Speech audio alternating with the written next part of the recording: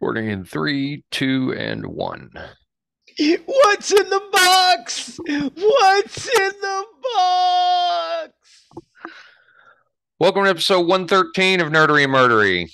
Big 113. I'm Zig with your nerdery. And I'm Jeffrey with your Murdery. Welcome to another week of highs and lows and ups and the downs, the good and the bad. And Zig, what have you been up to? Mostly working. Yeah. Doing some notes. I've been doing a lot of research on film recently, so we've got a big slate of episodes with film in it. Just basically watching old movies and writing up notes, things of that nature. Yeah. How about you? How's it going down in Groovetown? Down in the valley, it's hot. Been golfing a lot though. How's that going? It's fun. I suck at it. My drives are getting better though. That's good. I got to figure out my short game. I get some really good first shots and then I just blow it. So I got to get better with my irons and my wedges and figure out how to hit those right. So, Your putting's okay though, right? No, not really. No, my short game sucks. So it's a hard game. It's very difficult to master, that's for sure. A lot harder than I thought it was going to be, but it's a lot of fun. I enjoy it.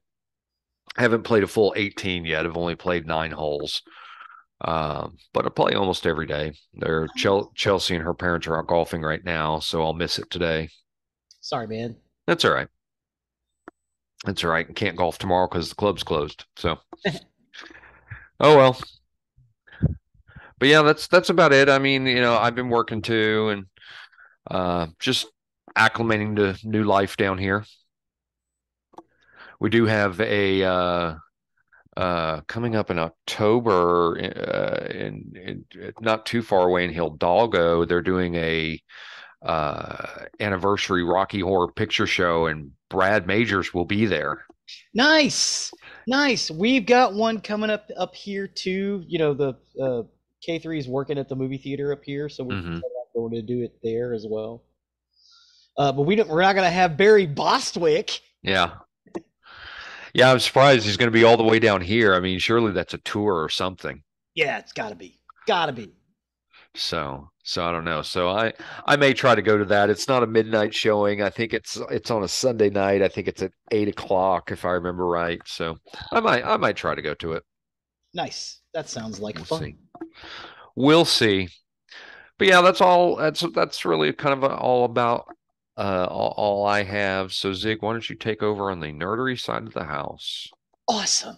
So I've been wanting to talk about film noir for a long time, but my problem is there's a lot of film noir out there. Right. And I wanted to pick 5 examples that people may not necessarily know of or even realize are film noir.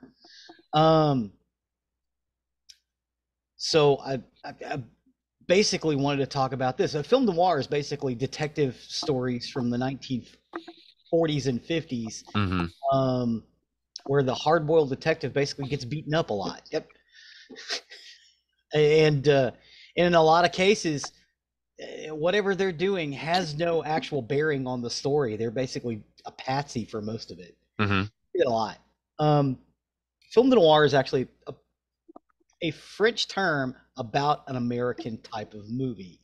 It's primarily used to describe stylish Hollywood crime dramas, particularly those that emphasize cynical attitudes and motivations. The 40s and the 50s are generally regarded as the classic period of American film noir. This era is associated with a low-key black and white visual style that has roots in German expressionist cinematography. Wow. Yeah, many of the prototype stories and much of the attitudes of classic noir derive from hard-boiled schools of crime fiction that emerged in the United States during the Great Depression. The term film noir means dark film. It was first applied to Hollywood films by French critic Nino Frank in 1946, but it was unrecognized by most American film industry professionals of the era. Frank is believed to have been inspired by the French literary publishing imprint Sierra Noir, founded in 1945. Cinema historians and critics define the category retrospectively. Before the notion was widely adopted in the 1970s, many of the classic film noirs were referred to as melodramas. whether film noir qualities are distinct genres or whether it's more of a filmmaking style is a matter of ongoing and heavy debate amongst scholars and film fans. Um, if I ever met Quentin Tarantino, if I Mm-hmm. had a chance to meet Quentin Tarantino and could ask him a question, it would be, "Can you define film de noir?" and listen to him talk for 3 hours. Hmm. That'd be it. That's what I would do. Um, Film noir encompasses a range of plots that central figures may be a private investigator like The Big Sleep, or a plainclothes police officer like The Big Heat, an aging boxer, The Setup, a grifter, Night in the City, or a law-abiding citizen lured into a life of crime like Gun Crazy. Now, all of these are fine examples of film noir, but it's probably stuff that people have seen. So I wanted to stray away from The Big Sleep and The Big Heat, The Setup, and Gun Crazy, Mm-hmm. or DOA. Um, Night in the City is another one. In 1946, American film noir psychological thriller. Well, let's talk about what we're going to do. Somewhere in the Night, M from Germany, Shaft, Seven, and Copland. I'm surprised Pulp Fiction didn't make this list. You know what? I debated on putting Pulp Fiction in this because it's pretty film noir. Right. Um, but I kind of want to do Tarantino by himself. You know what I mean? Sure. I want to do Tarantino as Tarantino. Besides, these are some that maybe people don't realize what they are when they're watching them or have not heard of them. Mm-hmm. Copland may be one of the best films to come out of the late 90s, and nobody saw it. The cast is incredible. Um, the reason nobody saw it is uh, Sylvester Stallone plays this aging, drunk local sheriff in this little New Jersey town that's right across the river from New York City. And he put on like 50, 60 pounds to do it. He's deaf in one ear. I mean, he when he needs some money, he will go up, since he's the town sheriff, he will go up to the parking meters and open them up and just grab money out of them. Just not a sympathetic character at all. I think that's why people didn't go see it, because they were down on Stallone not being a hero. Mm-hmm. He is kind of a hero, but he's also a slob. Um, I personally think it's the best performance he's ever given of his life, and he's incredible in it. Anyway, so I want to start with Somewhere in the Night. This is a 1946 American film psychological thriller directed by Joseph Mankiewicz, Mankey's brother. The other Mankiewicz who wrote, who everybody refers to as Mankey, wrote Citizen Kane and several other things. He was an amazing writer and not really so much a director. But Mankey also couldn't get his life together. He had a strange affair with the bottle. Joseph, not as good of a writer and a director, but better than any of his contemporaries. It was written by Mankiewicz and Howard Dimsdale and Lee Strasberg of the Strasberg Studio. Mm-hmm. From a short story by Marvin Borowski, it stars John Hodiak and Nancy Guild. The sporting cast features Lloyd Nolan, Richard Conte, Joseph Hutchinson, and Sheldon Leonard, and a really early role by Colonel Potter. Oh, yeah. Harry Morgan. Harry Morgan, yeah. In the final weeks of World War II, a bandaged rat man awakens with amnesia in a U.S. Army field hospital in Okinawa. Over the course of his recovery at a hospital in Hawaii, he learns that he is George Taylor, and he was severely wounded by an enemy grenade. Amongst Taylor's personal items is an unsigned letter that curses him for an unsuspected wrong he committed against the writer.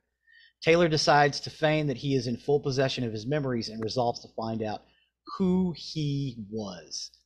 So the guy's real paranoid about, because they won't let him out of the hospital until he basically shows that he's cognitive.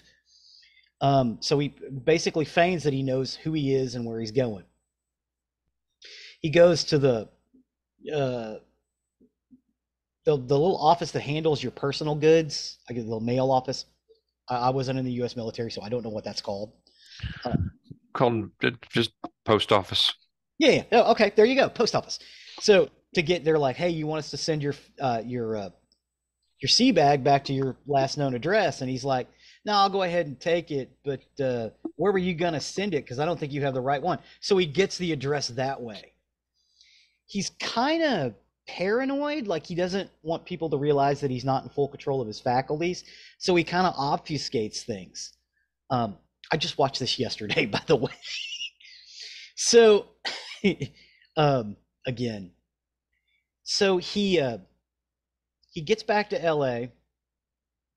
And he finds out he gets to L.A. and there's a bus locker or where he pays the guy to get his stuff out of Hawk. When he picks it up, there's a pistol and a letter from his friend Larry Cravette, who says, I've deposited $5,000 in your name at this local bank. Meet me at this bathhouse when you get back into town. We'll talk about it. So he puts the gun, or he stashes the gun in a bus locker and throws the key away. Takes the letter, goes to the bank, and they start asking him questions because it's 1945. He's got $5,000. So he doesn't even get the money. He gets the money he's got is what he got discharged from the Marines for. At the end of the war, he's getting phased out. They gave those guys quite a bit of money after they got home. So he goes to the bathhouse, and they tell him, well, usually the guys who would come here, they come here, and then they go to a nightclub afterwards, and they come here to basically steam themselves out. This is where he meets Harry Morgan. So he goes to this nightclub and meets Larry Cravette's. He meets this woman whose best friend was Larry Cravette's fiance, but she's now living with some other dude. And the lady at the club, she's a singer. She basically takes pity on him because she's the only one he tells, I don't remember anything. I don't even know if my name is George Taylor. The ID they found in my pocket tells me that's my name. I assume that's true. I don't know. So, and then people start trying to track him down and beat him up for no reason because they keep asking him questions. He doesn't have any answers to it. It all links back to 1942. There was an explosion down on the docks at the port of Los Angeles. A guy died, and it had to do with some stolen Nazi gold.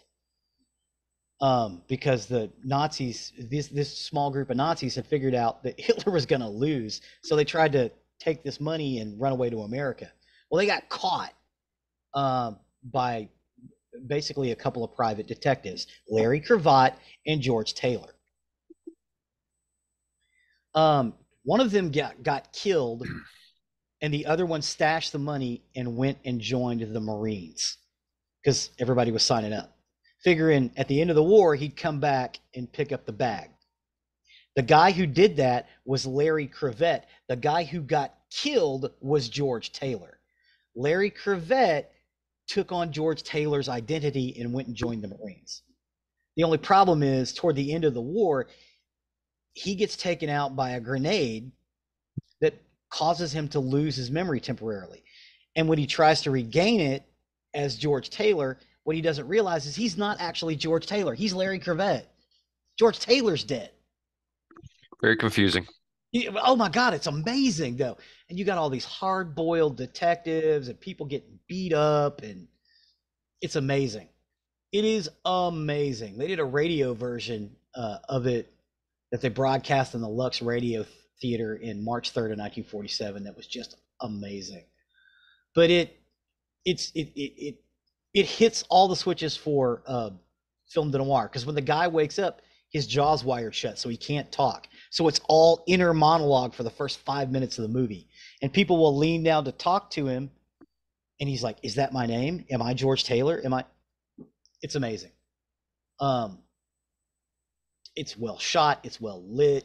It's a film noir masterpiece, and one that I think everybody should see. As a matter of fact, it is in the public domain. Therefore, it is in our YouTube playlist in its entirety. It's the first movie, and it's a good, clean, solid copy that we have. It looks like they recorded it off of a digital copy. Mm-hmm. Right down to, I think there's some cigarette burns in it too, so you could tell where the real changes were. Saw can't really call it a movie. It was only 45 minutes, but saw something the other night that was shot in black and white and had the cigarette burns. Oh, nice. What was it called? Werewolf in the Night. Oh, wait, you saw Werewolf of the Night? Yeah. Yeah, I thought it was okay. It wasn't as great as I was led to believe. I know it was covered on Two Geeks and a Microphone. Yes. And I enjoyed it enough. I don't know. I kind of felt it was a little rushed. 45 minutes. That's maybe a little too short to tell a story. Yeah. I thought it was a little too short, but I thought it was good. It was enjoyable. Yeah, I have yet to see the Werewolf of the Night yet, and I've got it. I don't know why I don't. It's good. It was good. Where did I see it? I think I saw it on Hulu, and it's soon to be leaving Hulu. So, oh yeah, I better go check that out. Yeah. Okay, I'm on it. I may watch that today.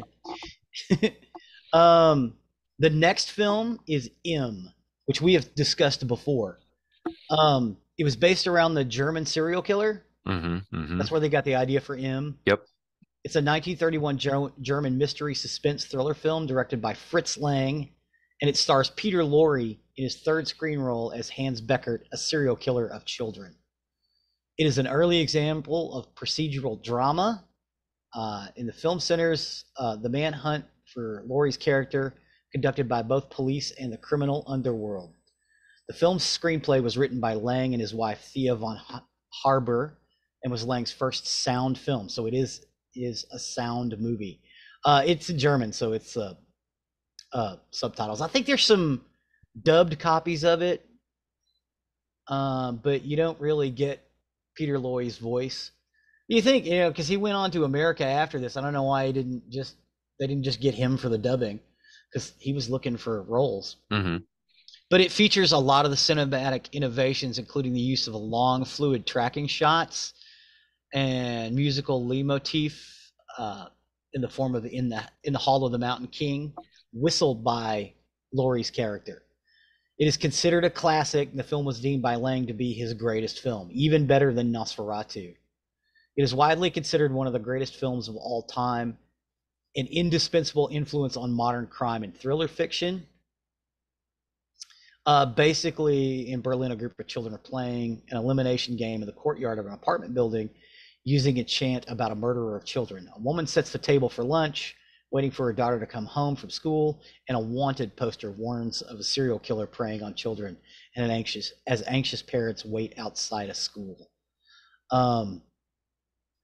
The film climaxes with a chase up a bunch of flight of stairs with Peter Lorre. This is where I want to say film noir got its first foray. It feels like a 1940s film noir film, even though it's 1931 in Germany. He is running and running up these stairs, trying to get away from not only the cops, but the mobs out looking for him, because they don't want anybody killing kids on their streets. You got angry parents chasing after him, and he's running up this building, and he is out of breath and trying to get away from these people. He is also a monster, but it's and the pains on his face, it is incredible. If for nothing else, and I think I've included it, if not, I'll go back and include it. The chase scene is film noir at its finest. The film is also referred to in the song In Germany Before the War by American songwriter Randy Newman in his 1977 album Little Criminals. The BBC ranked it #1 of all time foreign language films. It's just that good. It played everywhere too. Of course, this is, when Berlin was still an artistic capital of the world before the Nazis took over. So it was brilliant, and it was new, and it was sleek, and it was something that no one had ever done before. So, M is one of those things you really need to get out and see. It is readily available in a lot of places. I haven't included some examples from M and some things where they talk about M and how it affected film noir 10 years later in America. But yeah, that's about it for M. I was trying to remember the killer. Was it Fritz Harman? Yes, it was Fritz Fritz Harman. Harman. Okay, Yeah, thank that you. is correct. Fritz Harman. Thank you. You're quite welcome. The next film is Shaft. Shaft has been described as a blaxploitation crime action thriller film. Oh, yes. Yeah, I disagree. I think it's more of a film noir movie because you get a lot of voiceovers from Shaft. His inner monologue going on, which is kind of a hallmark of film noir. And Gordon Parks directing in it is incredible. The film was directed by Gordon Parks and written by Ernest Tidyman and John D.F. Black. It is an adaptation of Tidyman's novel of the same name and the first entry in the Shaft film series. The plot revolves around a private detective named John Shaft, who is hired by Harlem mobsters to rescue his daughter from the Italian mobsters who kidnapped her. This film stars Richard Roundtree as Shaft, who went on to do a bunch of these Shaft movies, alongside Moses Gunn, Charles Ciaffi, Christopher St. John, and Lawrence Pressman. The film explores themes including masculinity and sexuality, with a specific emphasis on Black power. It was filmed in Harlem, Greenwich Village, and Times Square within the Manhattan borough of New York City.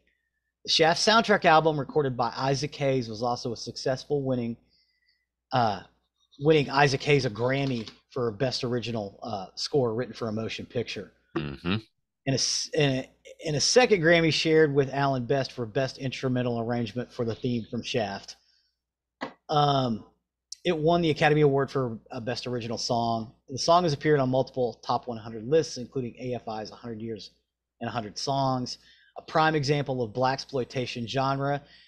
It was selected in 2000 for preservation in the United States National Film Registry by the Library of Congress as being culturally, historically, and aesthetically significant. I agree, it is historically and significant, but for completely different reasons. Yes, it is a bit of a blaxploitation film. Mm-hmm. I would say less so than Sweet Sweetback's Badass Song. When we get into blaxploitation, we're going to get in deep to blaxploitation. But I still say the first Shaft movie, not the rest of them. The rest of them were clearly blaxploitation. But the first Shaft movie is a film noir piece. You've got the inner monologue of Shaft. You've got him basically going through ranks of hustlers and ne'er-do-wells and dirty cops and mobsters and hookers and there's a lot of drinking, and he's just trying to stay on the straight and narrow, do the right thing for the right people and get paid. Mm-hmm. You go through, you got these black militant leaders who he runs afoul of, which is, classic film noir where the protagonist is not only running from the police but also ne'er-do-wells, generally multiple groups of them. Shaft was adapted from the Tidyman's novel by Tidyman, and John Freeman executive produced and Serling Silfant. The screen detective genre in the late 60s had been dominated by the big movies and big stars like Paul Newman, uh, and Frank Sinatra, and Clint Eastwood, Dirty Harry stuff. But this was not that. This was something different. Um, and I want to say we didn't see film noir again until the mid to late 80s. It didn't come back. Where we got pictures like things like the Hat Squad and um, the one with Kevin Spacey. Yeah. Uh, Which, yeah. which one with Kevin Spacey? Okay. The Usual Suspects, Yeah. definitely. Um, no, the one that takes place in Hollywood in the 40s. There were two of those out at the same time. Give me a minute and I'll find it. Hollywood Confidential. Oh, okay, okay. Yeah, but there was another one with Nick Nolte as well that basically followed the same course. Um, I think they were even talking about the same process. The, these were real big in the 90s. But I want to say film noir kind of died out. Melvin Van Peebles claims that the success of his film, Sweet Sweetback's Badass Song, caused Shaft to be changed from a white movie into a black one. In fact, filming of Shaft began in 71, several months before the release of Van Peebles' film, with Roundtree already confirmed in the lead role. The story is set in the same month as shown by a calendar on Shaft's office wall. So Tidyman, who is white, was an editor of the New York Times prior to becoming a novelist. He sold the movie rights to Shaft by showing a gallery proofs to the studio that the novel had not yet been published. Tidyman was honored by the NAACP for his work in the Shaft movies and book. But I would say I kind of agree with Mario Van Peebles that they kind of took some blaxploitation film elements Hmm. and mixed them into Shaft as they were making it. But no, I think the original idea was they were going to make a film noir piece where the central character, the detective, was a black dude in Harlem. That was the original idea, and the blaxploitation things came later. And again, the other films after this definitely blaxploitation. I'll give you that 100%. But I want to say Chaff, at its heart, is a film noir piece with Richard Roundtree as this incredible hard-boiled detective who just takes on the world. Like, that hard-boiled detective is kind of like the cowboy in American culture. Hmm. He's the rogue. He's the Han Solo, the the desperado who's not quite a good guy, but not really a bad guy either. He plays by his own rules and he has his own moral code. Shaft, I think, fits that distinctly well. The next film I want to talk about is Seven. Seven is a 1995 American crime thriller film directed by David Fincher and written by Andrew Kevin Walker. It stars Brad Pitt, Morgan Freeman, Gwyneth Paltrow, and John C. McGinley. And Kevin Spacey. And Kevin Spacey. Set in an unnamed crime-ridden city, Seven's plot follows disenchanted near-retirement detective William Somerset, played by Morgan Freeman, and his newly transferred partner David Mills, as they attempt to stop a serial killer before he can complete a series of murders based on the seven deadly sins. Now, the reason I included this as film noir is not because of Brad Pitt or Kevin Spacey. It's because of Morgan Freeman. Morgan Freeman is the hard-boiled detective near retirement and basically the lead in this film. But that gets buried because everybody assumes it's Kevin Spacey and Brad Pitt, and it's a force of will between Brad Pitt and Kevin Spacey, and it's not. It's about Morgan Freeman tracking down a criminal. Hmm. Um, Walker, an aspiring writer, based Seven on his experiences of moving from a suburban setting to New York City during a period of rising crime and drug addiction in the late '80s. I always assumed the city was New York. Yeah, and I've had a lot of people say they thought it was New Orleans. I don't know. I'm kind of with I you. I don't think see New Orleans at yeah, all. yeah. It's a city where it rains a lot. Yeah. That's because I think that it's raining in every single episode. Um, he sold the rights to New Line Cinema and executive producers were opposed to the script's bleak ending and mandated a more mainstream, upbeat outcome. Fincher, who was eager to prove himself after the failure of his first feature film project, Alien 3, read Walker's original script, which he was sent by mistake, and agreed to direct the project, providing the ending remained. So the ending that was written is the ending that we get in the film. Which for a film noir piece, because at the end of a film noir, generally the detective doesn't get away with the cash. Mm-hmm. They go back to the life as it was before, or they get arrested. It's usually it's not a happy ending. It's either an ending or a sad ending for the detective. Well, Seven definitely does not have a happy ending. It does not.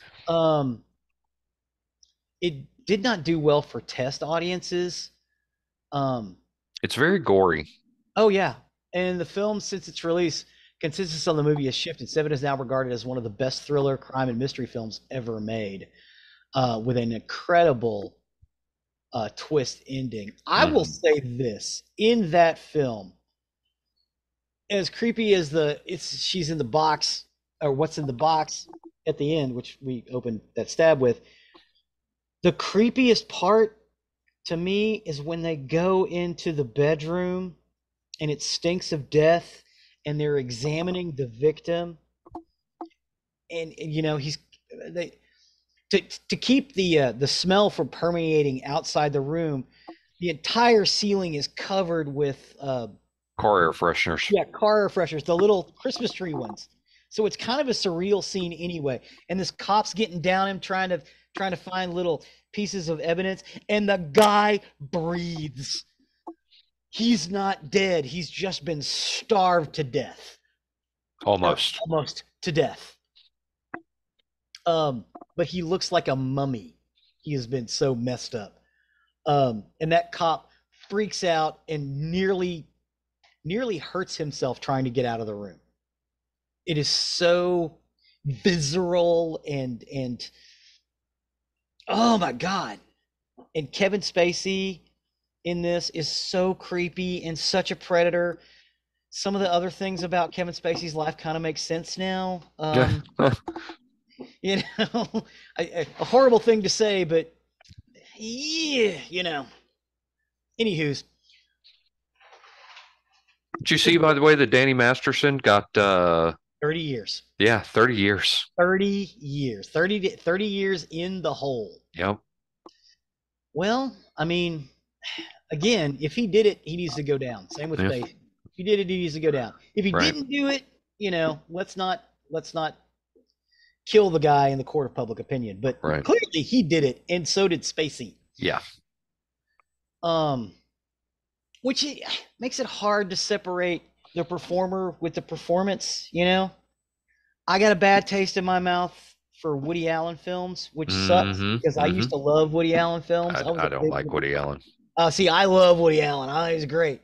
I can't watch his stuff now because of that. I'm kind of that way about Spacey, but oh my God, his performance in Seven was so good. The Usual Suspects, although I'm more enraptured with Gabriel Byrne's performance in that than anything else, because I thought Gabriel Byrne was incredible in that movie. Spacey was brilliant in House of Cards. Yeah. House of Cards. I liked him better than the original British actor from the 1980s series that they did, the original House of Cards. But yeah, he was just awful in that, as an awful human being. So on some of the designs of the buildings and things like that, they wanted to give that state of decay for the city. So a lot of the photography they did was tearing bits of the building down or painting it so it looks like it was falling apart. That was in every single scene of that movie. Nothing is new in Seven. The most light, airy shot in that movie is the very last scene, where there's this wide open space out in the middle of nowhere, which looks like LA, outside of LA, but I guess it was supposed to, but it's got this golden feel at the end of it. and then the horrible ending scene. You really dug this movie, right? Oh, I did. I like Seven was a great movie. Oh yeah, it's hard to watch, but Very. yeah. But it's definitely one you want to get out and see, and it's a film noir piece. If you have to remember when you're watching Seven, you think it's about Spacey and Brad Pitt and a lesser extent Gwyneth Paltrow. It's not. It's not. It's about Morgan Freeman. He's 3 days away from retiring. He is 3 days away from retiring, and it is his last act as a detective. And if you view it through that lens, that movie actually makes a hell of a lot more sense. My last film is Copland. Copland is a film that was slept on by a lot of people. It is a 1997 American neo-noir crime drama film written and directed by James Mangold. It stars an ensemble cast that includes Sylvester Stallone, Harvey Keitel, Ray Liotta, Robert De Niro, Peter Berg, Janine Garofalo, Robert Patrick, Michael Rappaport, Annabella Sciorra, Noah Emmerich, and Kathy Moriarty. Wow. I know, right? These people could get together and read the phone book and it would be good. However, this script is really incredible. It's just quiet. But that's the point. And I'll explain why in a minute. Stallone, of course, plays the sheriff of a small New Jersey town who comes into conflict with the corrupt New York City police officers living in the community. The film received positive reviews and grossed $63.7 million on a $15 million budget. So it made its money, but most of the reviews actually weren't positive. This note is correct. Most of the reviews panned this movie as a Martin Scorsese ripoff. It is not. It is not. But it's about this town, Garrison, New Jersey, and it's home to a cadre of police officers from NYPD's 37th Precinct. Lieutenant Ray Donlin, Detective Leo Kransky, and officers Gary Figgis, Jack Rucker, Frank Lagonda, and Joey Randone. Exploiting a loophole in department regulations allowing them to live outside the city by being designated auxiliary transit cops, Donlin and his group are effectively untouchable by NYPD's Internal Affairs Division and are further protected by Sheriff Freddie Heflin. Unable to fulfill his lifelong dream of joining the NYPD due to deafness in one ear after nearly drowning while rescuing a woman years earlier, Heflin idolizes Donlin and refuses to help the Internal Affairs investigator, Lieutenant Mo Tilden, in his attempt to build a case against these dirty cops. One night, Donlin's nephew, Officer Murray Babbage, is sideswiped by two African-American teens while driving across the George Washington Bridge. One of the teens points what looks like a weapon at Babbage just as his tire blows out from a glass puncture. A frightened Babbage shoots them both dead. Donlin, Rucker, and Kransky show up and try to plant a gun on the teen's car only to get caught by a paramedic. In desperation, Donlin convinces Babbage to fake his suicide before hiding in a garrison with a promise that he will set him up with a new identity. So basically what's going on is these dirty cops are running basically a dirty cop enterprise across the river from New York City. So they can't ever be touched. Because it happened on the bridge, this problem happened on the bridge, and it was a complete happenstance with the young new officer who they call Superboy, because he graduated at the top of his class. He's in with these people in garrison. He's going to be this great officer, played by Michael Rappaport, by the way. It happens on the bridge, so the IA investigator, played by Robert De Niro, starts investigating and goes to this little local sheriff. This is the local sheriff's not going to turn them in. But there's a couple of cops who are looking like they're going to turn, and Ray Donlin kills them, including Freddie Heflin, the sheriff's best friend, Figsy, played by Ray Liotta. There's a massive shootout, and it's just amazing. Robert Patrick is great in this. Everybody in this movie is incredible, but again, it got slept on. Some of the other people in it, you got Frank Vincent as a PDA president, Vince Lazaro. He also did. I want to say he did. The James Gandolfini show about the mob. Sopranos. Sopranos. Thank you. And wait, who is that now? Frank Vincent. Frank Vincent. Yeah, I don't think he was one of the main guys. He was one of the backup guys. Yes. He was in Sopranos. Malik Yoba, Arthur Nascarella, Victor Williams, Edie Falco. Also Sopranos. Yeah, Mel Goem, Paul Herman, Paul Calderone is Hector, the paramedic. Paul Calderone is great. Paul Calderone, also in Pulp Fiction. My name is Paul. This shit's between y'all. Vincent Laresca, Method Man's in it. Deborah Harry's in it. John Ventimiglia is also he plays a heavy. Tony Chirico as Salvatore Tony. Also Sopranos, and also a real life mobster. Yes. Garrison is based on Mancold's hometown of Washingtonville, New York, located about 60 miles from New York City. Mangold grew up at a development called Worley Heights, where many of the residents were current and former NYPD police officers. Stallone gained 40 pounds to portray the beaten down sheriff of Garrison. The principal shooting location for the film was Edgewater, New Jersey. But yeah, so these cops are all mobbed up, but they don't do any mob business in New York. They do it all in this little town of Garrison, right? There is no mob presence in Garrison because they are the mob there. Mm-hmm. They basically run the town. But when they do deals with mobsters, they do it over here so they can't get caught by NYPD. It's a brilliant idea. And they basically have pulled it off flawlessly for like 20 years until the incident on the bridge. The incident on the bridge is what gets them away. And they were all drunk driving too, by the way.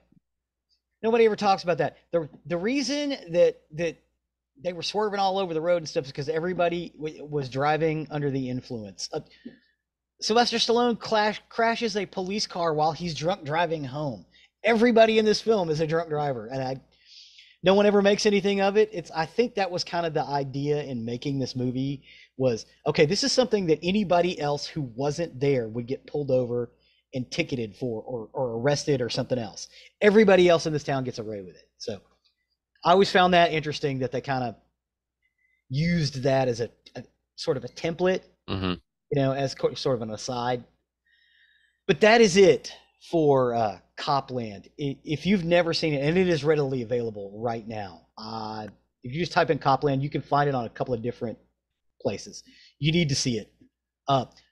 Sylvester Stallone is incredible. Harvey Keitel is good. Robert Patrick, everybody in this is good. Even Janine Garofalo as this sheriff's deputy who's kind of over it. Mm-hmm. But yeah, really, really good. Awesome. Well, thanks for bringing those ones to our attention today. Hopefully they're ones that people will take a look at. Right on. Well, and again, Somewhere in the Night is in our YouTube playlist in its entirety if you want to check it out. Cool. All right. Well, then with that, we'll step over to the murdery side of the house. Murder. All right. For today, I got my information off Crime Library, Wikipedia, and the Crime Wire. And this is the story of Gerard John Schaefer Jr. Gerard John Schaefer Jr. So Gerard John Schaefer Jr. was an American murderer and suspected serial killer known as the Killer Cop, the Hangman, and the Butcher of Blind Creek. He was convicted in the 1972 murder and mutilation of two teenage girls in Port St. Lucie, Florida, and he's suspected to up to 28 further murders. Holy crap. Described by prosecutor Robert Stone as, quote, the most sexually deviant person he had ever encountered, Schaefer was sentenced to 2 terms of life imprisonment in his 1973 trial to be served at Florida State Prison. Schaefer became known as the killer cop as he was a sheriff's deputy in Martin County, Florida at the time of his initial arrest. He also became known as the hangman due to his favored practice of binding restrained women to trees with a hangman's noose around their neck prior to their torture and murder. Gerard Schaefer was born in Neenah, Wisconsin on March 25th, 1946, my birthday. Hey. The first of three children born to Gerard John Schaefer Sr. and Doris Marie Schaefer. His father was a traveling salesman and his mother a housewife. He was raised in Nashville, Tennessee, and later in Atlanta, Georgia, where he attended Marist Academy until his family permanently located to Fort Lauderdale, Florida in 1960. Schaefer later described his childhood as troubled and turbulent, largely due to the frequent family relocations, his father's alcoholism, and his father's frequent verbal abuse of his wife and children. Although Schaefer's father's occupation resulted in his being frequently absent from the household, he had a difficult relationship with his oldest son, who resented his frequent belittling of him and believed his father favored his sister over himself and his brother. By contrast, Schaefer was close to his mother, who was extremely protective of her children. We've heard this before. Mm-hmm. As a child, Schaefer preferred outdoor pursuits. By his adolescence, he had developed an interest in nature. His primary interests as a teenager including collected guns, hunting, and fishing, activities that he and his father occasionally pursued together when his father was at home. And although hardly a classic loner, classmates at St. Thomas Aquinas High School recalled his not being part of any clique.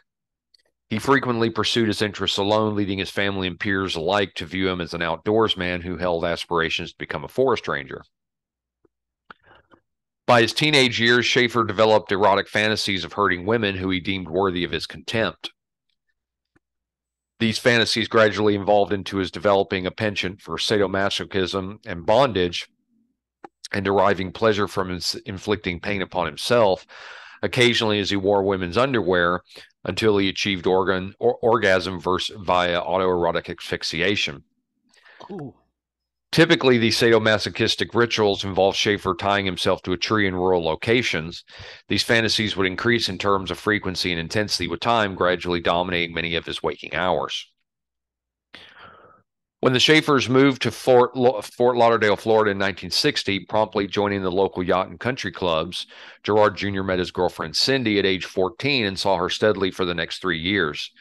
They were lovers, but Cindy would only perform in scripted scenarios, demanding that Schaefer tear her clothes and rape her each time they had sex.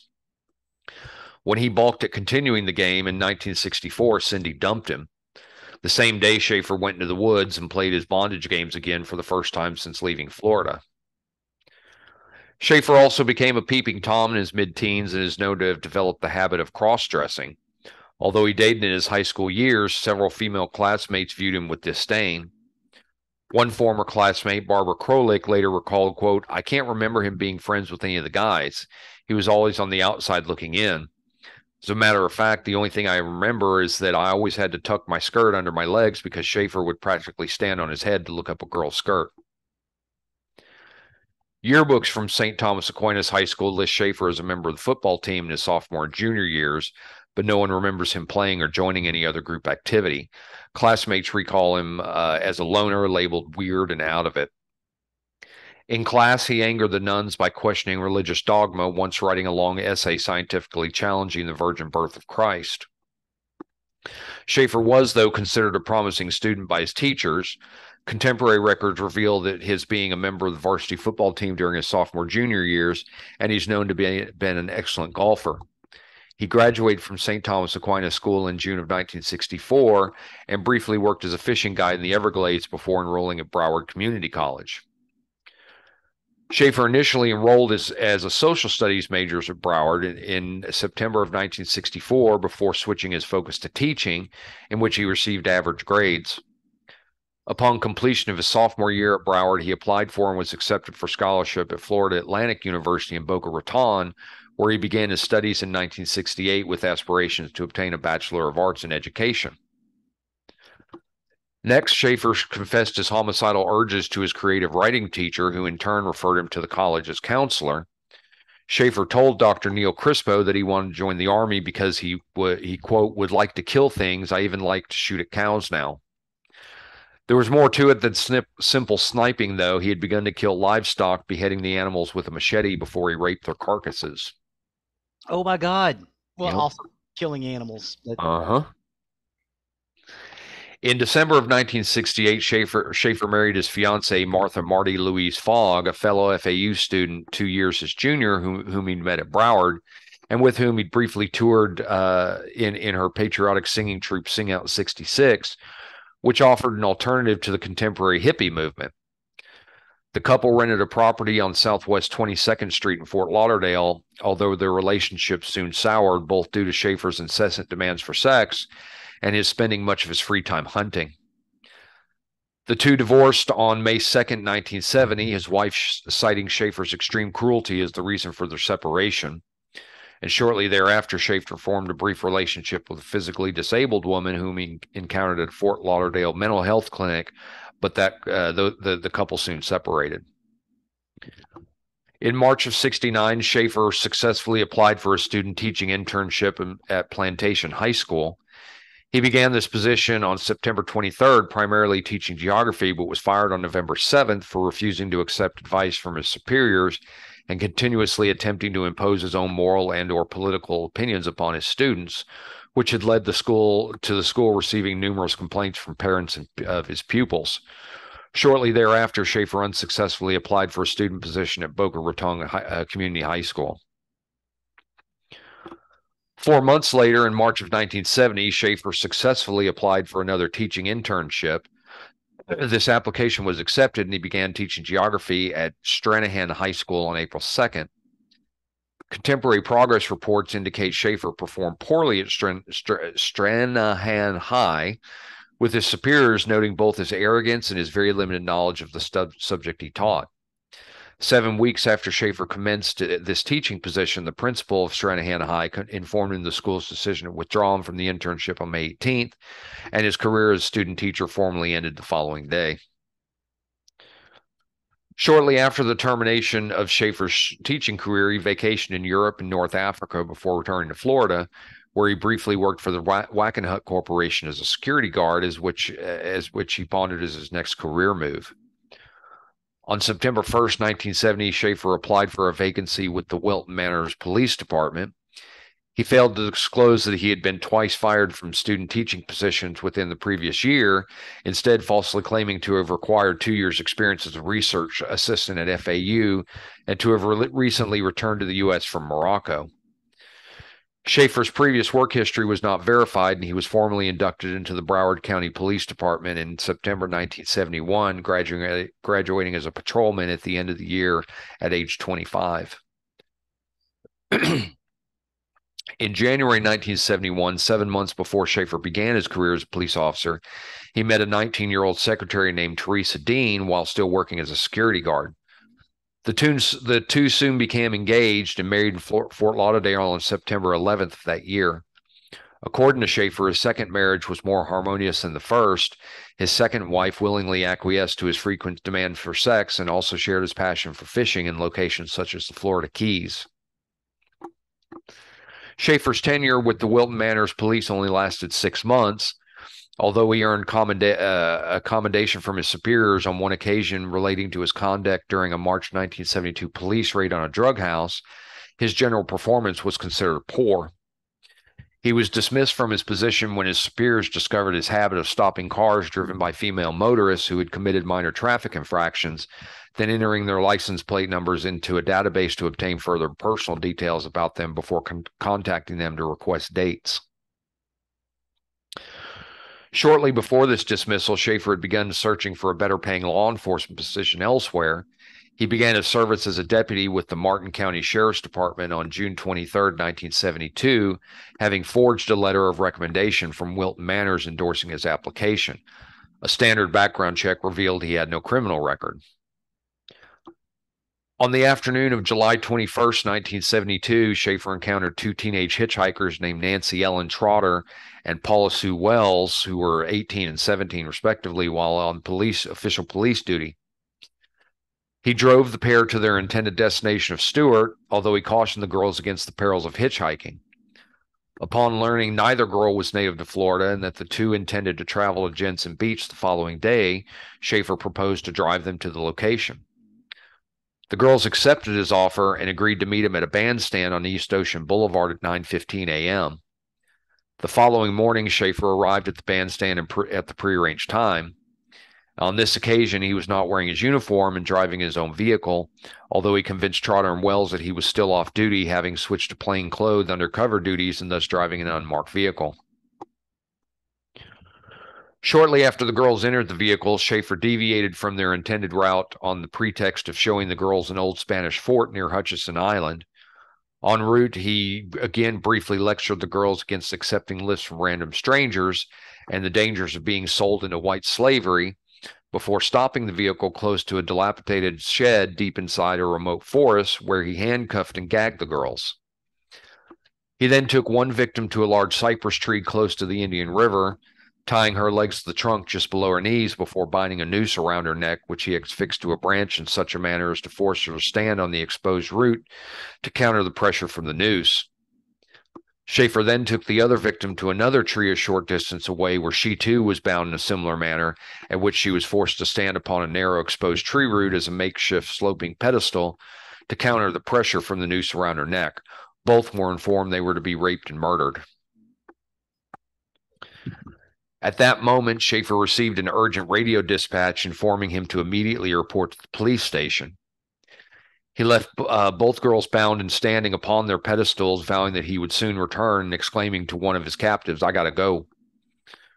Both girls were warned to not to try and run away, because I'm not going to be very far down the road, with Schaefer claiming that he was to confer with the individual he intended to sell them to. When Schaefer returned to the forest approximately 2 hours later, he discovered that both girls had escaped. He immediately returned home to call his station, where he informed Sheriff Robert Crowder, quote, "I've done something very foolish. You'll be mad at me." Schaefer then proceeded to explain that he had decided to teach two girls a lesson on the risks of hitchhiking, but overdid the job. He then proceeded to explain he had abandoned the two girls in the general swampland area of Hutchinson Island, not far from the Indian River. Crowder and Lieutenant Melvin Waldron immediately proceeded to Florida State Road A1A, where, close to the highway, they discovered a desperate, partially gagged teenage girl with her hands pinned behind her back, swimming via a flutter kick in a subtropical river. As the officer slowed to a halt, they observed the distraught girl clamber from the riverbank with sections of her jeans and blouse shredded, attempting to gesticulate for their attention.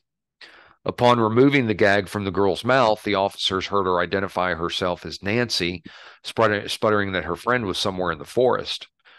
To Trotter's relief, she was informed that a truck driver had discovered Wells staggering to the woodland in the direction towards the highway approximately 45 minutes earlier, and that her friend was already at the police station.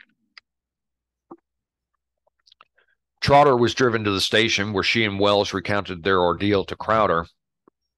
Both girls stated they had managed to escape from their bindings by gingerly writhing against their restraints and loosening their gags with their teeth as they maintained their balance upon the exposed tree roots.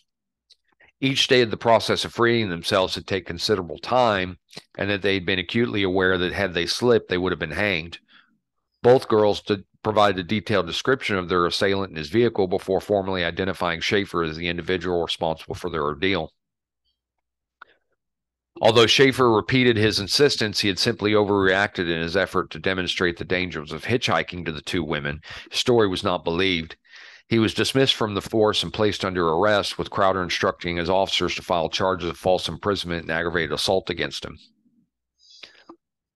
In the 70s. In the 70s. In the 70s. You know it had to be bad when the chief of police goes, "Yeah, put him in for false imprisonment.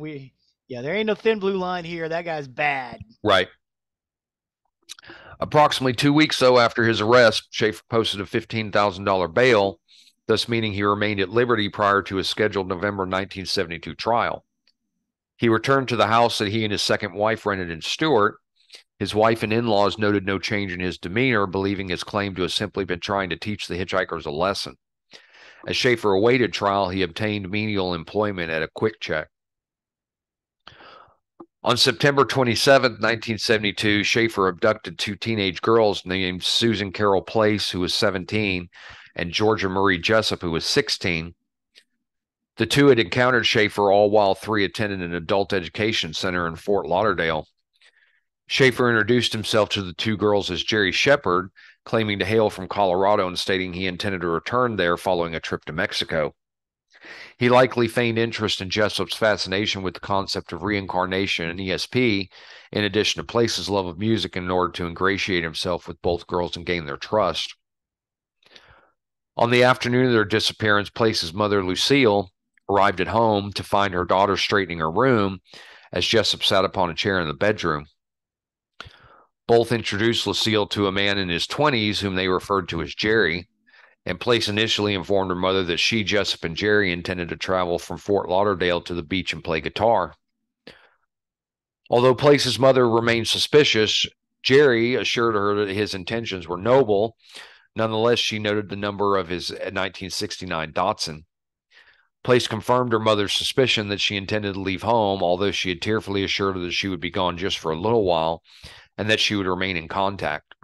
The girls left the Place household with Schaefer at approximately 8:45 p.m. When Place had not returned after 4 days, Lucille first contacted Jessup's mother, Shirley, only to learn her daughter had run away on September 27th and that she likewise had not heard from either girl since. Both girls were subsequently reported missing to the Oakland Park Police, and Lucille provided investigators with the vehicle registration she had noted, in addition to a physical description of the man the girls had left her home with. The registration was traced to an entirely separate model of vehicle belonging to a St. Petersburg resident who did not resemble Jerry Shepard and who had a firm alibi for the date of the girl's disappearance. The sole Jerry Shepard registered as living in Fort Lauderdale was also eliminated from police inquiries by early 1973, and the teenager's disappearance had largely become a cold case. Mary Alice Briscolina, 14, and Elise Lena Farmer, 13, vanished while hitchhiking to a commercial boulevard restaurant from a Lauderdale by the Sea motel on October 26, 1972, less than 1 month after Place and Jessup were last seen alive. Their bodies were separately recovered in undergrowth close to Sunrise Boulevard, not far from the city of Plantation, early the following year, both with legs spread apart. Briscolina had been extensively beaten about the head, with one blow to her skull proving fatal. Several of her fingernails had also been torn from her body, indicating a ferocious physical struggle with her killer, and Farmer had also been bludgeoned to death. Subsequent questioning of Briscolina's friends revealed she and Farmer frequently visited a Lauderdale by the Sea apartment rented by the older sister of Briscolina's boyfriend, and that an individual these acquaintances recalled as Gary Shepard had been known to Briscolina. This individual, whom several identified as Schaefer, had also claimed to be an ex-Wilton Manors police officer. 3 months later, on January 11, 1973, hitchhikers Colette Marie Goodenow and Barbara Ann Wilcox, both 19, disappeared while hitchhiking from Sioux City, Iowa to Florida. Both were last seen alive in Biloxi, Mississippi. Their disappearances occurred while Schaefer remained free prior to beginning his sentence for the abduction of Trotter and Wells. He is known to have made a long-distance call from Cedar Rapids, Iowa to his Florida residence shortly before Goodenow and Wilcox's disappearance, and may have encountered the two while returning to Florida. Their scattered skeletal remains were discovered close to a large tree in an orange crate in January of 1977. Both victims had been bound together with baling wire, and impressions upon tree branches, coupled with the actual positioning of the orange crate, indicate one or both victims had been suspended from the tree as their murderer sat or stood upon the orange crate. In December of 1972, Schaefer appeared in court in relation to the Trotter and Wells abductions. Due to a plea bargain his attorney strongly recommended he accept, Schaefer was able to plead guilty to just one charge of aggravated assault, for which he received a sentence of 1 year in jail, with the possibility of parole after 6 months to be followed by 3 years probation. Upon passing sentence on December 22nd, Judge D.C. Smith lambasted Schaefer, informing him, quote, It is beyond the court's imagination to conceive how you were such a foolish and astronomical jackass as you were in this case. He allowed Schaefer's formal sentencing to be postponed until after the holidays, and Schaefer began serving his sentence in Martin County Jail on January 15, 1973. Upon leaving court on December 22nd, Schaefer informed several reporters, quote, "I made a stupid mistake. There was no sex involved. No one was hurt." In March of 1973, Lucille Place discovered a letter penned by Jerry Shepard in her daughter's bedroom. She drove to the return address upon the letter, which was 333 Martin Avenue in Stuart, Florida, only to learn from the building manager that Jerry Shepard had registered at the property under his real name, Gerard Schaefer, and that he was recently sent to jail for the abduction and attempted hanging of 2 girls. As Lucille and her husband Ira drove around the county, she realized investigators had likely incorrectly noted Schaefer's license plate number as being registered in Pinellas County as opposed to Martin County, given the fact that most license plates she observed in Martin County began with 42 and not the 4 of Pinellas County, which investigators had previously informed her was the location of the plate she had provided. Upon relaying this new information to police, Lucille discovered the plate she had noted actually belonged to a blue-green Datsun, registered to one Gerard Schaefer, who resided at 333 Martin Avenue. And when questioned, Schaefer denied ever having encountered Place or her parents, although Lucille positively identified a Wilton Manor's personnel photograph of Schaefer as Jerry Shepard. On the afternoon of April 1st, a father and son searching for discarded aluminum cans discovered the extensively decomposed remains of 2 individuals scattered within and around a hole dug among trees in Oak Hammock Park, Port St. Lucie, Florida. The location of this grave was 212 feet from the nearest dirt road. The grave itself was 2 feet 3 inches deep. Deep scratch marks were evident upon the base of the tree immediately along the grave site, close to where sections of a torso had been bound to the base of the trunk. One victim wore the remnants of blue jeans emblazoned with a circular emblem of the Roadrunner, whereas the other was completely nude, and a pile of clothing belonging to the descendants was discovered in nearby undergrowth. Sections of both bodies had been evidently disinterred and scattered by wildlife. The location of the discoveries was approximately 6 miles from where Trotter and Wells had been held captive prior to their escape the previous summer. Both girls had been bound and murdered with their spinal cords severed at the lumbar and cervical section and several bones completely severed with a knife or machete. Their bodies had been decapitated after death, and their jawbones had sustained numerous fractures. One set of remains, later identified as Place, had also sustained a gunshot wound to her lower jaw, consistent with having been inflicted by a .22 caliber pistol. Furthermore, sections of wearing of tree bark among a banyan tree approximately 9 feet from the grave indicated one or both of the victims had been suspended from this tree long enough to leave welt impressions within the bark prior to their deaths, and the initials GJ had been carved into a tree trunk, the root of which bore several deep knife, machete, or an axe incisions containing torn sections of clothing fibers. The bodies were taken to the Dade County Medical Examiner's Office, where Dr. Richard Soveriron formally identified the victims via dental records and healed bone fractures as Place and Jessup on April 5th. Shortly thereafter, Schaefer was informed of the identifications, and he immediately requested the representation of a public defender. The individual appointed to as his legal representative was Elton Schwartz. The location of these discoveries and the descendant identities, plus the similarities in the modus operandi of the method of abduction and murder of Place and Jessup to Schaefer's earlier captivity of Trotter and Wells, led police in Broward County and Martin County to obtain search warrants for Schaefer's house and vehicle, as well as the home of his mother, after Place's mother formally identified Schaefer as being the man she had last seen with her daughter and Jessup.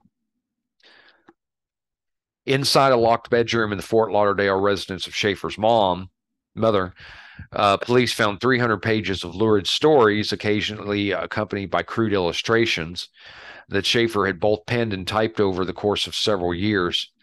These stories detailed the kidnapping, humiliation, rape, and execution by hanging of a number of teenage girls and young women who he routinely identified as whores, sluts, and harlots, including two named Belinda and Carmen, and an unidentified woman who he graphically describes as hanging at an unknown location close to Powerline Road.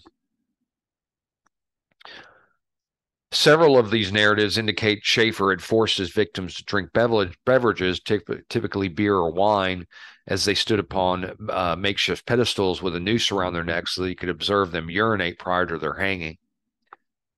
He had frequently returned to his crime scenes weeks or months after the actual murders in order to commit acts of necrophilia with buried and dismembered bodies, or to extract teeth from the skull. His writings also reveal his fascination with historical methods of torture and execution, and the pleasure he derived from observing acutely distressed females urinate and or defecate prior to and at the time of their actual hanging.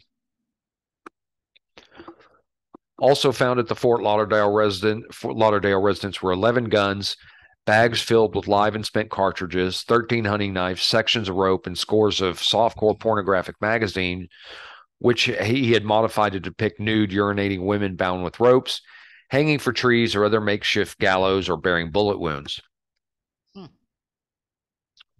Other images recovered were 37 black and white Polaroid photographs depicting women being hung and or mutilated, typically within Melaleuca thickets, suspected to be an undergrowth area in Davie, Florida, although the focus of these images was insufficient to permit identification of the subjects.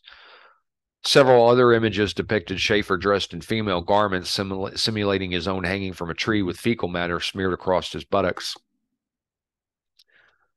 In a letter dated July 20th, 1971, from an individual in Brunswick, Victoria, Australia, whom Schaefer had become acquainted with as the two traveled in Morocco in the 1970s, contained scores of Polaroid images this individual had taken of a village in the Sahara the two had encountered, following what his companion termed as a wog massacre of both Europeans and Arabs.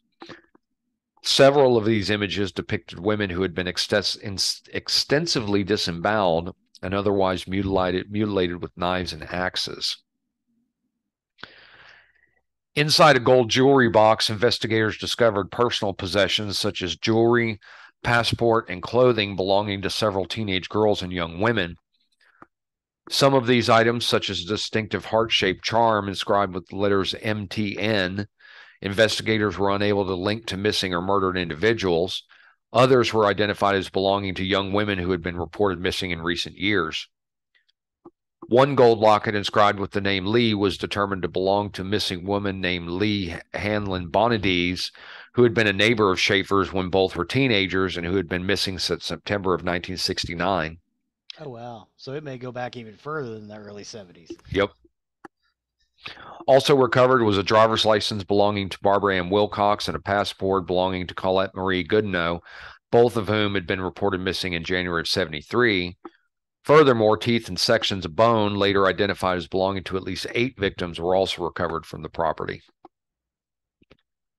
The April 6th search of Schaefer's Martin County residence yielded less physical evidence, although investigators did recover 2 human teeth stowed in a plastic capsule inside the master bedroom, several knives and firearms inside a utility shed, and an extensively blood-stained white pillowcase which had evidently been washed.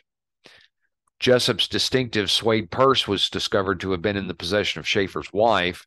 She later informed police her husband had given her the item as a gift in about November of the previous year, but had attempted to persuade both her and his brother-in-law, Henry Dean, to discard the item upon learning of the April 1st discoveries in Oak Hammock Park, with the explanation the police may use the item to make up some kind of evidence against him. Despite Schaefer's effort, his brother-in-law had given the item to police. By May 12th, investigators had gathered enough physical and circumstantial evidence to link Schaefer to 9 murders and unsolved disappearances dating between 1969 and 1973. The same month, a periodical published a list of 28 murdered or missing individuals believed to be linked to Schaefer. The majority of these individuals hailed from Florida, although 2 victims each hailed from Iowa and West Virginia. At a press conference held on May 14th, Chief Investigator Lem Brumley Jr. informed the media that in terms of scope and bizarreness, the case was the biggest he had encountered in his career to date. On May 18th, Schaefer was formally charged with first-degree murder for the killings of Place and Jessup. He was held without bond pending trial and transferred to the Florida State Hospital in Chattahoochee to undergo 30 days of psychiatric examinations before return to St. Lucie County Jail on June 20th. The result of these examinations revealed Schaefer to be an individual suffering from paranoia, psychosis, and acute sexual deviations, who viewed himself as an eliminator of women he deemed immoral, but nonetheless mentally competent to stand trial. At a circuit court hearing on June 21st, District Attorney Robert Stone successfully argued before Judge Cyrus Pfeiffer Trowbridge that Schaefer was sane and thus competent to stand trial. Schaefer vehemently protested his innocence, claiming the accusations against him were a mistake, and informing one reporter he remained confident he would be exonerated. Schaefer was brought to trial on September 17, 1973, and he was tried in the St. Lucie County before Judge Trowbridge. The prosecution team consisted of Stone and Philip Shaler, assisted by Richard Purdy and Anthony Young. Schaefer was defended by Schwartz and Bruce Colton, assisted by James Brecker.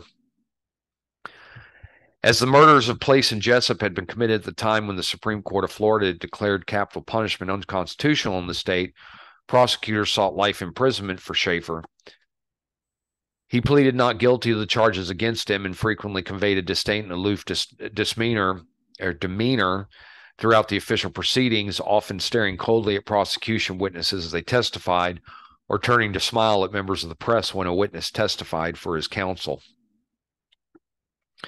Following the closing arguments, the jury began their deliberations at 3:45 p.m.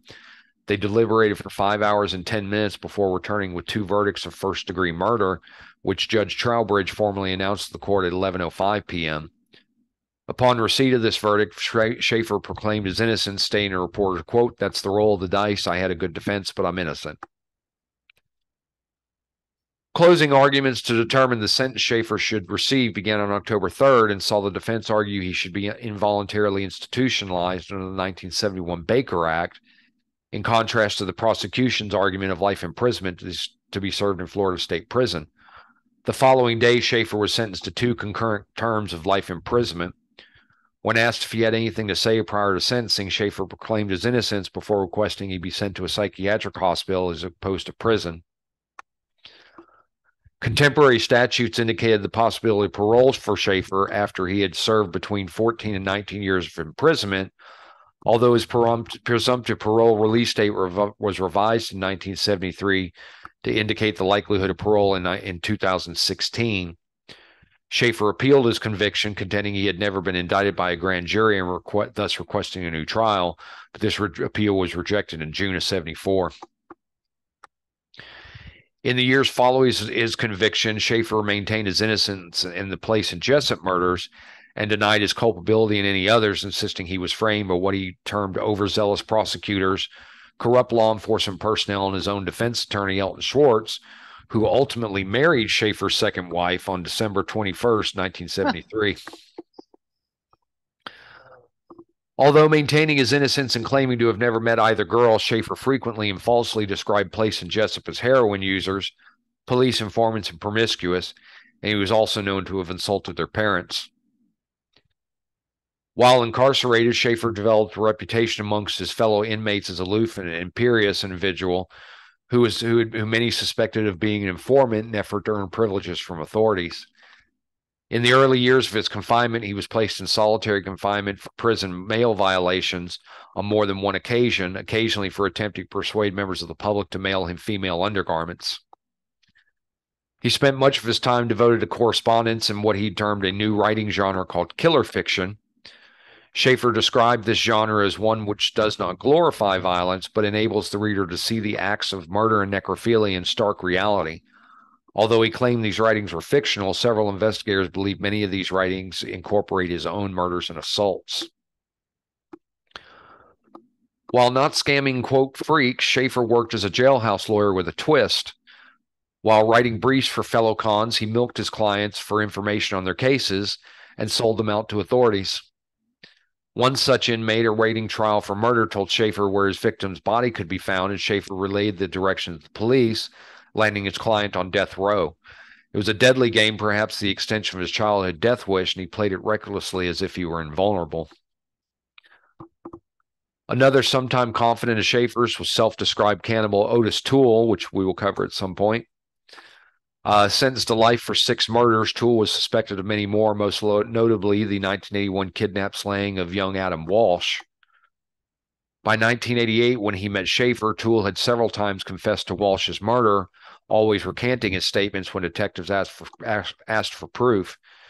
Schaefer wrote to Adam's father, who was John Walsh, host of America's Most Wanted, posing as Toole, demanding $50,000 for Adam's remains, quote, so you can get them buried all decent and Christian.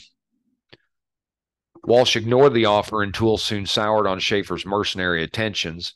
And aside from the sadistic pleasure of tormenting Adam's parents, Schaefer gained nothing from the episode except a new addendum to his reputation as a snitch. In 1983, Schaefer was transferred to the Avon Park Correctional Institution. Here, he assisted authorities in obtaining sufficient evidence to secure the conviction of pedophile Mervyn Eric Cross, who had been discreetly operating in an international softcore child pornography operation while incarcerated. The information Schaefer provided also resulted in the arrest and conviction of 2 individuals in Seattle and Los Angeles, one a school teacher, the seizure of thousands of indecent images of children across 4 states, and Cross being transferred to Florida State Prison and placed in solitary confinement with his mail closely monitored. Schaefer himself was returned to Florida State Prison in August 1985. Sandra London, who had been Schaefer's girlfriend in high school shortly prior to his 1964 graduation, interviewed Schaefer at length following his conviction. She gradually served as his co-author in his writing genre, later publishing a compilation of his short stories and drawings entitled Killer Fiction in 1990. A second book, Beyond Killer Fiction, followed 2 years later, and the stories within Killer Fiction and Beyond Killer Fiction typically involve the savage, graphic torture, mutilation of murder of young women, usually penned from the perspective of the killer, who is often a rogue police officer. Schaefer remained adamant the stories he authored were pure fiction, that he had actually begun writing stories of this nature in the 1960s, having been inspired to do so after watching Herschel Gordon Lewis's splatter movie Blood Feast. However, police and prosecutors viewed the content as thinly veiled descriptions of his actual crimes, and in private letters to his attorneys, Schaefer admitted these speculations were true, claiming one story, Murder Demon, specifically recounts the murders of Briscolina and Farmer. Yeah, don't blame your shit on Herschel Gordon Lewis. He's a genius. Excuse me. A revised edition of Killer Fiction, published after Schaefer's death, included numerous stories and rambling articles from the first 2 books and a collection of letters to London, in which Schaefer claimed to be responsible for the murders of scores of women and girls. He also claimed that fellow serial killer inmate Ted Bundy, who he labeled a tyro by comparison to himself, both admired and envied him. He also accused Bundy of playing at copycat, recording his own crimes. London noted at the time that Schaefer was corresponding with her. He was publicly proclaiming his innocence and threatening to sue anyone who labeled him a serial killer. In one letter, Schaefer claimed to have begun murdering women in 1965 when he was age 19. In another, he claimed to be responsible for the December 1969 disappearance of 2 schoolgirls, 9-year-old Peggy Ron and 8-year-old Wendy Stevenson, who he claimed to have kidnapped from Pompano Beach and cannibalized. Publicly, Schaefer had denied any involvement. In a letter from Schaefer to London, he said, when I nabbed Jessup in place, I had been in the ghoul game for almost 10 years, so I knew what to expect from these juicy young creatures at the end. Doing doubles is far more difficult than doing singles, but on the other hand, it puts one in a position to have twice as much fun. These can be some lively discussions about which some of the victims will get to be killed first. When you have a pair of lively teenage bimbalinas bound hand and foot and ready for a session with the skinning knife, neither one of the little devils wants to be the one to go first, and they don't mind telling you quickly why their best friend should be the one to die. Oh. London ended her collaboration with Schaefer in 1991, shortly after publishing repudiating his claims that he was merely a framed ex-cop who wrote lurid fiction. Upon hearing he had been publicly rebuked by London, Schaefer allegedly repeatedly threatened her life. On the many frivolous lawsuits he filed that he filed was directed at her for publicly referring to him as serial killer in print format. In support of London's defense against the lawsuit, she compiled an exhibit of photocopies of 500 incriminating pages of Schaefer's handwritten correspondence. Mm-hmm. The judge immediately dismissed Schaefer's lawsuit. His aforementioned lawsuits against Newton and Wilson were likewise dismissed after London provided copies of the 500-page exhibit to them. His lawsuit against Kendrick was still ongoing at the time of Schaefer's 1995 murder. On December 3rd, 1995, Schaefer was stabbed to death on the floor of his cell. He had been stabbed over 40 times about the face, head, neck, and body, and his throat also being slashed. His right eye destroyed and several ribs fractured. His body was discovered after a fellow inmate informed staff of his death. According to prison officials and prosecutors, a 32-year-old fellow inmate named Vincent Faustino Rivera had killed Schaefer following an argument over who received the final cup of hot water from a dispenser days prior to his murder. Rivera was convicted of Schaefer's murder in 1999. He received 53 years and 10 months imprisonment added to his sentence of life plus 20 he was already serving for a double homicide committed in Tampa in 1990. Rivera never confessed to the crime nor gave any motive for the murder. It is suspected Schaefer was killed for being a prison informant, as in the year prior to his murder, other inmates had repeatedly thrown human waste at him and twice set his cell on fire. Reportedly, Schaefer's classification officer confirmed that he was murdered in a direct response to his leaking confidential information to authorities pertaining to a well-respected and powerful inmate. There's really no consensus on when or where Schaefer began his killing. As Schaefer himself was killed in prison in 1995, the true number of victims he had claimed will never be known. While incarcerated, he frequently encouraged speculation as to how many victims he had claimed, while simultaneously denying he had ever committed murder and claiming the numerous writings discovered at his mother's residence were purely fictional. Author Patrick Kendrick believes the most likely year Schaefer began killings is 1969, and that his true victim count stands around 11, although the commonly held belief is that he may have claimed up to 28 victims. The initial list of 28 potential victims was first published in a Florida periodical in the spring of 1973, although this list, which also includes 7 males whose personal artifacts were recovered at his mother's home, contains the name of several individuals later to have discovered to have been alive at the time of his arrest or have died at a later date. For example, one of the young women on this compiled list, 14-year-old Katrina Marie Bivens, who was reported missing in January 1970, was located alive in June of the same year, whereas one of the males on the list, Michael Angeline, died in a plane crash in 1981. October 2nd, 1966, there was Nancy Elaine Leichner and Pamela Ann Nader, who were 21 and 20. They were last seen alive hiking in the Alexander Springs Wilderness Recreation Area of the Ocala National Forest. Although authorities initially believed the two had drowned while swimming, this theory was ultimately disproven, and Schaefer later confessed to their murders. September 8, 1969, Lee Farrell Handline Bonadies, 24, a newlywed waitress who had known Schaefer since both were teenagers. She is last known to have left a note to her husband of 2 weeks indicating she intended to drive to Miami but would return home that evening.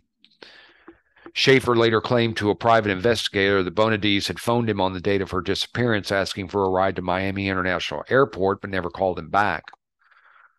Her skull, bearing 3 bullet holes, was discovered at a construction site in Palm Beach County in April of 1978. Her jewelry was found at Doris Schaefer's house in 1973, and that was Gerard's mother. Mm-hmm. On December 18, 1969, Carmen Marie Halleck, who was 22, disappeared after informing her sister she had an appointment with a male teacher from Broward Community College who may be able to provide her with a government job. She was last seen wearing a black chiffon dress, and one of the stories Schaefer is known to have penned prior to his arrest recounts the hanging and mutilation of a girl with auburn hair wearing a black chiffon dress. Two of Halleck's teeth and a gold shamrock pin belonging to her were found at Schaefer's home. December 29, 1969, Peggy Ron and Wendy Stevenson, last seen by relatives at Pompano Beach, walking towards a parking lot to purchase ice cream cones. Their bodies have never been found. Schaefer denied the slayings publicly, but later confessed in a letter dated April 19, 1989, quote, "I am annoyed by all this murder talk. Quote, Peggy and Wendy just happened to happen along at the time I was curious about 1930s cannibal Albert Fish's craving for flesh of young girls. I assure you these girls were not molested sexually. I found them both very satisfactory, particularly with sauteed onions and peppers." Ugh. Several investigators dispute the authenticity of the confession, as the individual last known to have seen the girls alive had observed both girls still clad in their bathing suits in the company of a man whose physical description markedly contrasted with Schaefer's. January 18, 1970, Merritt Ellen Malarick, 19, and Karen Lynn Farrell, 18, two West Virginia University students last seen alive leaving a theater in Morgantown, West Virginia. Their decapitated bodies were discovered on April 16th. An inmate with an extensive history of providing false confessions provided a 35-page confession, rife with errors, confessing to their murders in 1976, and the validity of his confession is disputed. The evidence linking Schaefer to their murders is circumstantial, but he was formally cleared as a suspect in 1982. January 4th, 1972, 22-year-old Belinda Hutchins was a married cocktail waitress with a 10-month-old daughter who worked as a high-class call girl. Hutchins is known to have briefly dated Schaefer shortly after his application to serve with the Broward County Police Department. She was last seen entering a blue Datsun parked outside of her home, and police later recovered an address book identified as belonging to Hutchins and containing the name Jerry Shepard from Schaefer's home. February 29, 1972, Deborah Sue Lowe, 13 years old, was last seen walking towards Rickards Middle School. Her school books were later discovered in a trash bin 1 block from her home, and her body has never been found. Lowe's family strongly believes Schaefer, who worked with her father and previously visited the Lowe's household, was involved in her disappearance. March 19, 1972, Bonnie Taylor, 20, was a Wilton Manors resident whom Schaefer is known to have stopped for a speeding violation shortly after her March 1972 disappearance, but no further evidence on this case exists. August 11, 1972, Leonard Joseph Massar, 46, was a coffee shop proprietor who was last seen at Riviera Beach, Florida bar. His handless body was discovered buried on Hutchinson Island on January 3, 1973, close to where Schaefer had bound and threatened Trotter and Wells. No direct evidence exists to indicate Schaefer's culpability in this murder or the murder of any male. However, Schaefer is known to have referenced Massar's murder in correspondence following his murder's conviction. October 26, 1972, Mary Alice Briscolina and Elise Lena Farmer, who we just talked about earlier, disappeared while hitchhiking to a restaurant. Their decapitated bodies were found by construction workers buried 600 feet apart on January 17th and February 15th, 1973, respectively. A distinctive gold chain and Madonna medal belonging to Briscolina were later found in Schaefer's jewelry box. December 23, 1972, Suzanne Gale Poole, 15 years old, was a Fort Lauderdale teenager reported missing by her family shortly before Christmas 1972. Her partial skeletal remains were discovered on June 16, 1974, bound to a mangrove tree in a swampland district of Singer Island. The remains were identified in May 2022 via genetic genealogy. The circumstance of her disappearance and murder led authorities to believe she may have been a victim of Schaefer, who had been temporarily freed from court one day before the estimated date of Poole's disappearance. And last January 11, 1973, Colette Marie Goodnow and Barbara Ann Wilcox both disappeared while hitchhiking from Sioux City to Florida, just days before Schaefer began serving his jail sentence for the abduction of Trotter and Wells. Personal property identified to belonging to both women were later recovered in Schaefer's home. Their bound bodies were discovered along a bank canal in St. Louis County in January of 1977, and both victims were formally identified via dental records on January 8, 1978. The upper portion of Goodnow's skull was never found. Oof. and that is the terrible tale of Gerard John Schaefer Jr. Yeah, this guy's awful. Yeah, And it yeah, sounds like he got done in because he was a snitch, not because he was a murderer. that's what I would expect. He was Yeah. pretty well known for it. So, well, thanks for taking that journey with me. Well, thank you, sir. I appreciate it. I know that was a long one. So, hope everybody was able to stick through it or took a break like we had to. Yeah, yeah, we did actually have to take a break. Had to hit the can. Yes. Awesome. Well, we appreciate everybody for joining us for another week of Nerdery and Murdery. We appreciate all of our listeners, those sticking through with us. As always, you can find more information about us on nerderyandmurdery.com. That's the hub for everything about us, links to everything we talk about, pictures, as well as videos that Zig likes to post. Yes, yes, we do. We have started producing basically YouTube videos of everything we do now. So, and of course, we always get the playlist that generally, when the episode premieres, that video will be in the playlist. But you can go look at the playlist beforehand as well. Awesome. Awesome. Really appreciate that. Thanks, sir. You can also find the link to our merchandise page where if you wish to show off your nerdery and murdery fandom, please do consider purchasing some of that. It does go to help with the cost of the show as well as our Patreon, which if you wish to donate to the show, help us keep going with it. We do appreciate that. There are costs that are involved with keeping the show on the air, the websites, the keeping everything on Buzzsprout and Squarespace and everything like that. So do consider becoming a patron. We really do Thank you. appreciate each and every one of you. Please and thank you. And last but not least, please don't forget to leave a 5-star review wherever you can. It really helps us and helps others find us, and for when they're looking for stuff that we're covering. So with that, at the end of another week, I have been Zig with your nerdery. and I'm Jeffrey with your murdery. Cue the music.